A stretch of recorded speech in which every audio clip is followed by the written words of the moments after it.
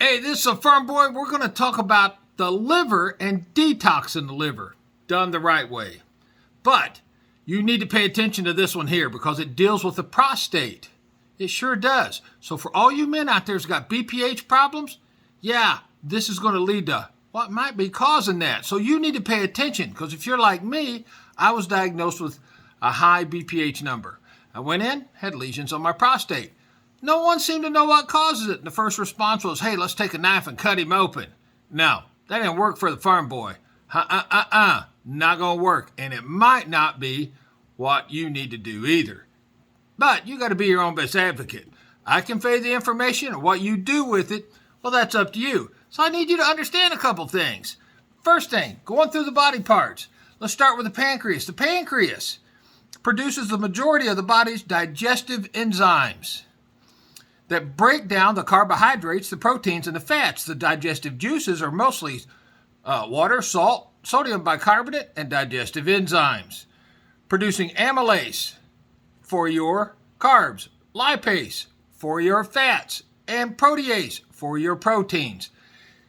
When it comes to your liver, you've got multiple stages that you have to look through this thing. First thing you have to do is find activators to figure out how to detox everything in you. It turns toxins and poisons into water soluble because many of the toxins that's in your liver, well, they're fat soluble, like A and K and D, the vitamins, they're fat soluble, right? Cholesterol, it's fat soluble.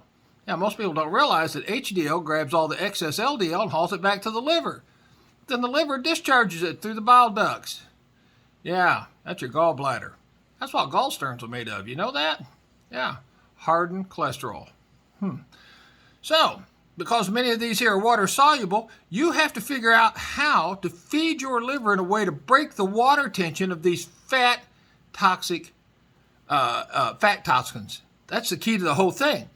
So, when it comes to vitamins, it's your folates, your vitamin C's, some of your B vitamins, your calciums. They're all needed as activators to get this fat soluble to become water soluble so it can pass through. Antioxidants, yeah, it's a big thing at this point, right? Let me show you something. Most people don't realize how this works. It's about emulsification. It's about breaking water tension. So I'll give you an idea. Have you ever noticed on a dewy day how water beads up on the grass? The grass is not completely wet. It's just got little tiny beads of water sitting on it. Why? Because there's a wax coating on that grass, a protective coating. And farmers know this, and they use surfactants to put out poisons so that it coats the whole blade of grass. It doesn't bead up in spots. It covers the whole thing. It's emulsification is what it is. That's the concept I'm going to show you. Can you see here? Let me move my fingers. This part is water, and this part is oil. Can you see the color differences here? This yellow part is the oil. All you need for a surfactant in this case is dish soap. You pour some dish soap into this right here. I'll put a lid on it for you because that is what helps break water tension. Oops.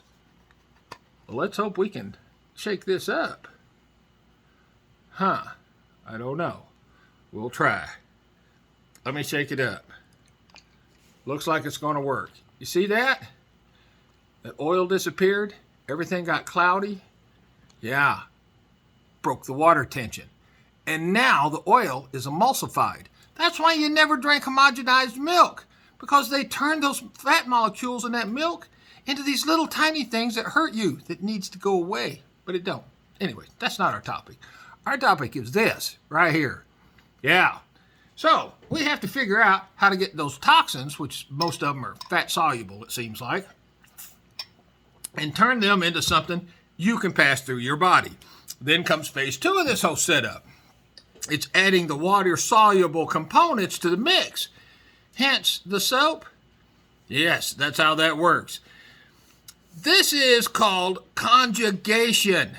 So in medical terms, this conjugation point, which is basically breaking water tension, right, attaches the fat-soluble molecule, converting over to a water-soluble molecule. That's what glutathione does. So when glutathione Your master antioxidant grabs a hold of one of these fat molecules and attaches to it. It then turns into a water-soluble component. It's pretty cool how your body works if you give it a chance. These help the water solubles. This helps water soluble become. This helps to become more water soluble. Fatty liver disease interferes with the detoxing enzyme pathways. Fatty liver disease is one of the growingest diseases in this country. Can you believe that? Non-alcoholic fatty liver disease. You're not even a drunk. You're just eating yourself into a toxic liver. Fatty liver disease interferes with this pathway, and this can modify the microbiota in your bowels. And it's called dysbiosis. Yeah, there's a name for all these things that go wrong in you. The bile and the urine are the primary elimination systems for the body. The liver expels unnecessary cholesterols, gallstones. Remember I told you gallstones are just hardened cholesterol because the HDL, the good cholesterol, grabs the excess LDL, which is also good cholesterol. That's the patchwork in case something goes wrong, brings it to the liver and helps expel it through the liver, through the gallbladder, out the bile ducts, and into your intestinal tract. Now, the interesting part about all this here is it seems to draw together with a whole bunch of other issues. So we have to put it together quick. One of the things you need to understand is a lot of times if you're a constipated person, your intestines are hanging on to those toxins. Well, there's a product on the market called Tudca. And Tudca, T-U-D-C-A, is a product that can be used to help detoxify the liver. Tudca helps digestion of the bowel movements, protects the liver against the toxins and alcohols, reduces cholesterol levels, maintains healthy blood pressure levels, and lowers elevated liver enzymes. So if you've been tested and you got high liver enzymes, there's a problem right there. Urine flow. Now it comes to the man issues. Urine flow, retaining urine fluids in an enlarged prostate that doesn't allow for the expelling of all the urine. It's a problem for men. Prostate issues are generally associated with liver toxicity. Did your doctor tell you that? Increased BPH is frequently associated with parallel liver inflammations, non-alcoholic fatty liver disease, liver cirrhosis, and metabolic syndrome, all associated with elevated BPH and non-alcoholic fatty liver disease, are considered hepatic, meaning liver, components of the metabolic syndrome. Then there's the kidneys, all too often connected to people with diabetes. Again, an inability to cleanse the fluids and expel it properly from the body. Now, for all these people that seem to think that, hey, I can do some cayenne pepper and some lemon juice and some honey or some molasses or whatever crazy idea you come up with, it's not going to work. It doesn't work that way. It has to be a lifestyle. So what you need to understand, when it comes to food changes, you need to take it serious. It's eggs, onions, garlic, cruciferous vegetables, unless you're on some kind of medication that interferes with that. Bitter herbs like thyme, sage, oregano, cayenne pepper, turmeric, and rosemary all need to be part of your life. I did this system. I lost 60 pounds last year. I can now pee like a boy again. My prostate has shrank. It's all about diet. It's all about approach. If you've got a prostate problem, if you've got diabetes, if you've got fatty liver disease, if you've got all these things going on in your life and you want to change that, reach out to me. Reach out to me. This is what I did.